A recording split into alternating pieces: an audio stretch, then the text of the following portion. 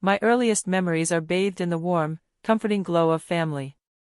I grew up in a bustling, somewhat chaotic household, the youngest of three.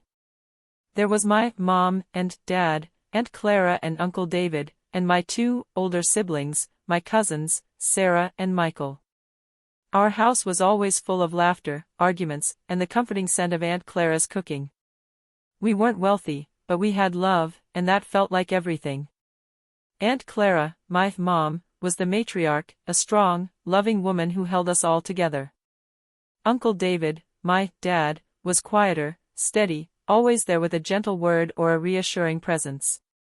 Sarah and Michael, my siblings, were older than me by a few years, protective and sometimes bossy, like all good older siblings.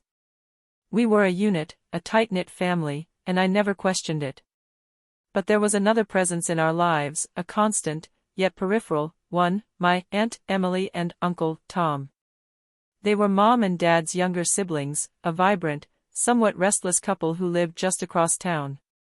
They'd visit often, sometimes daily, especially Emily. She was incredibly attentive to me, more so than to Sarah or Michael.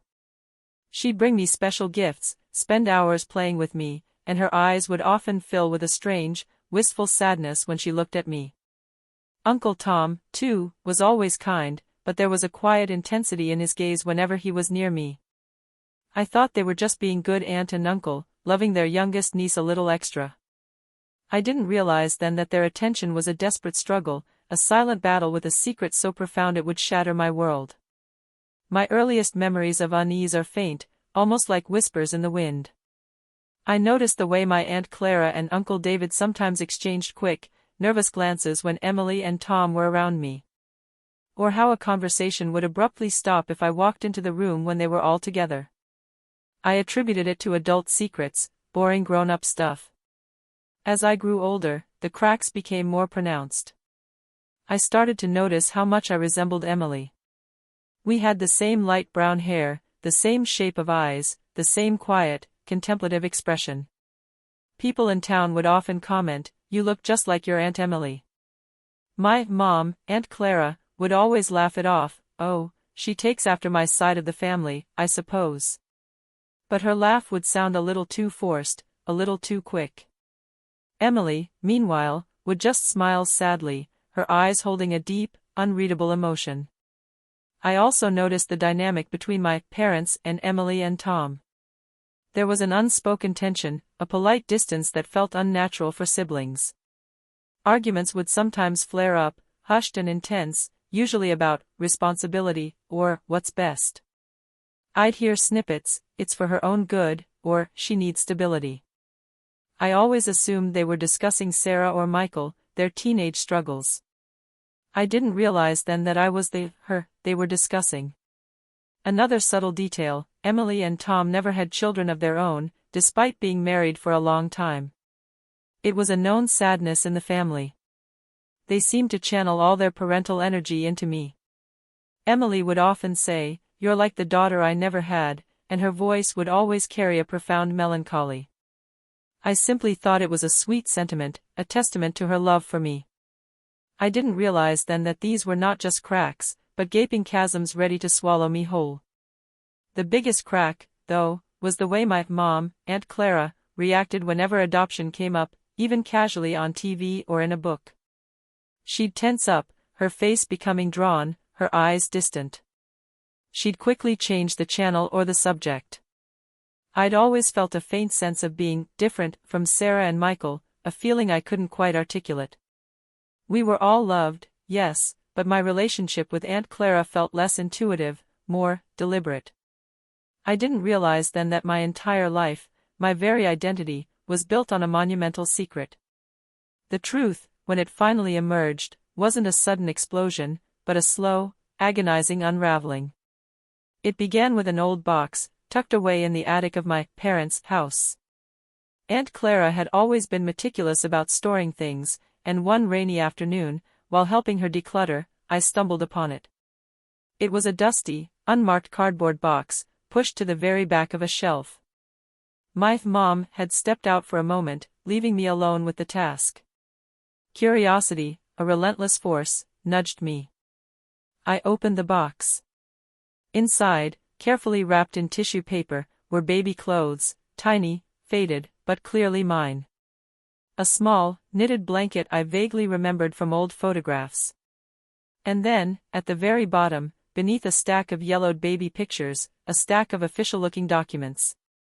My hands trembled as I pulled out the first one. It was a birth certificate. My birth certificate. My name was there, my date of birth.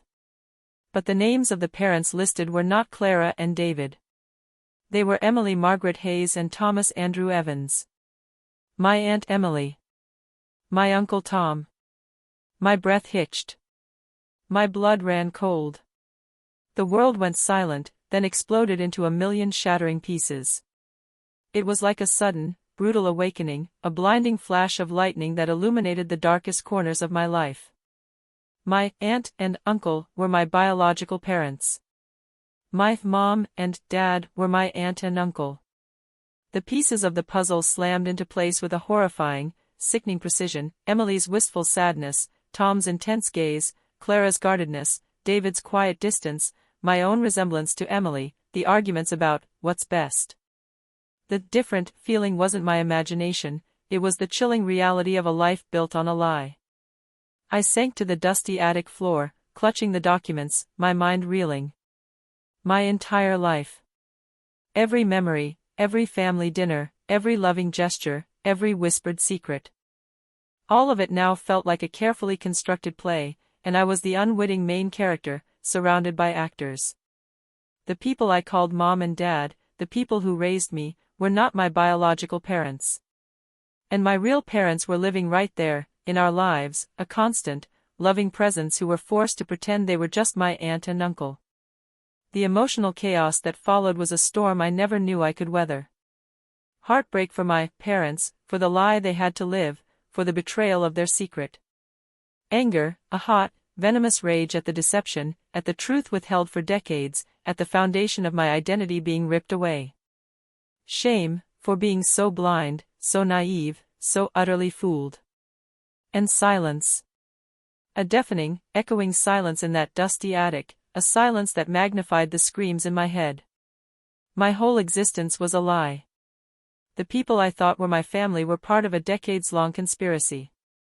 I didn't know who I was, or who they were. The comfortable glow of my childhood memories now felt like a trick of light, hiding a profound, agonizing darkness. And that's when I realized, they never loved me the way I loved them. What came after was a raw, visceral struggle for survival. I didn't want revenge that would just burn everything down, I wanted truth, understanding, and a chance to reclaim my identity.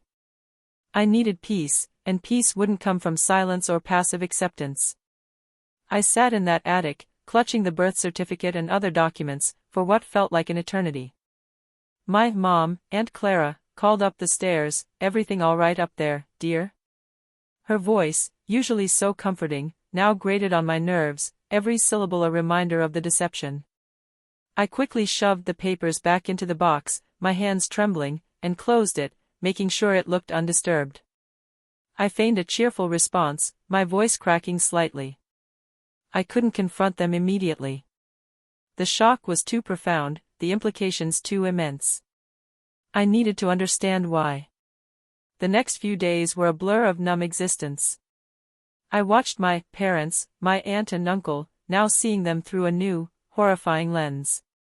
Their loving gestures felt tainted, their casual conversations heavy with unspoken truths. I watched Emily and Tom, my biological parents, their quiet attention to me now a heartbreaking testament to their silent suffering.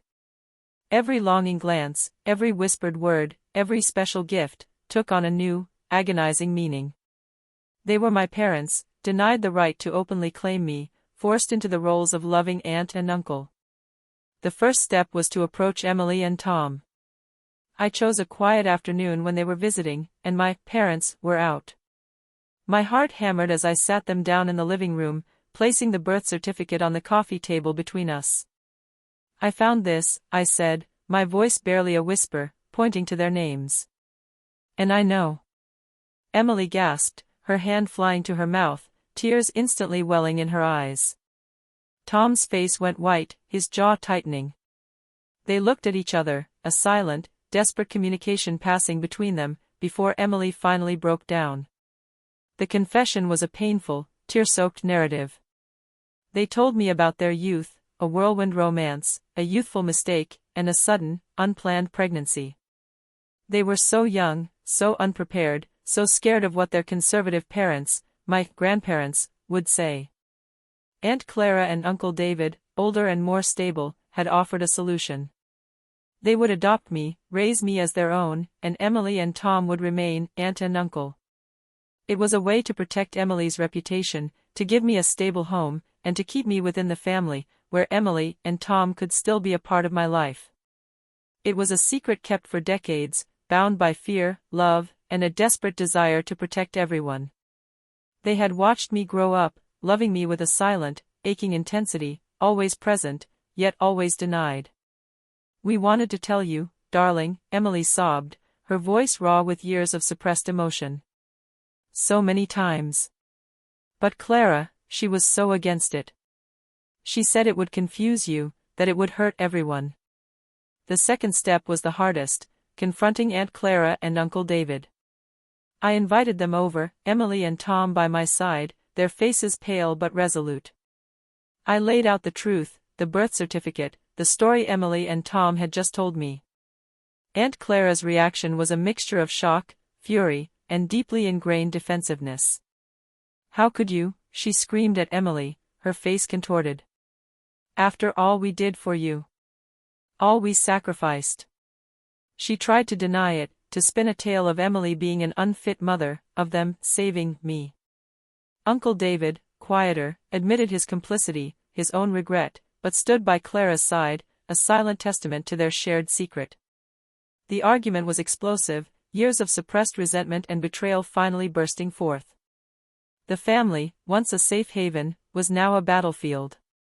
My parents felt betrayed by my discovery, by my decision to unearth their carefully buried secret. They saw it as an act of cruelty, a rejection of their love and sacrifice. My revenge wasn't about destruction, it was about truth and reclamation. It was about bringing light to the darkness, about dismantling the lies that had shaped my entire life. I decided to change my legal name back to Emily and Tom's last name, symbolically reclaiming my true heritage. It was a profoundly emotional act, a public declaration of my birthright. The family fractured. My parents, Aunt Clara and Uncle David, struggled to cope. The shame and exposure weighed heavily on them. Our relationship became strained, distant. I understood their fear, their desire to protect the family, but I couldn't forgive the decades of deception. I maintained contact, but the easy intimacy was gone, replaced by a polite, cautious respect. My relationship with Emily and Tom, my biological parents, was a journey of tentative rediscovery. We had years of lost time to make up for, years of unspoken emotions to navigate. It was messy, complicated, filled with joy and grief, new laughter and old tears. They were learning to be parents, openly, for the first time, and I was learning to be their daughter, unburdened by secrets. It was a new kind of family, built on honesty and a fierce, protective love. I didn't want revenge. I needed peace. And that peace began to bloom when I accepted that my story wasn't about their failure, but about my resilience. It was about standing up for myself, about finding my own way, about proving that I could forge my own identity, even if it meant tearing down the foundations of my past. I found strength in truth, in the courage to seek it, and in the love of the people who were finally, truly, my own. My journey to finding my true parents was a painful odyssey, but it led me to a profound understanding of who I am, and where I truly belong. I thought losing them would destroy me, but it made me who I am. Family isn't who shares your blood, it's who protects your heart.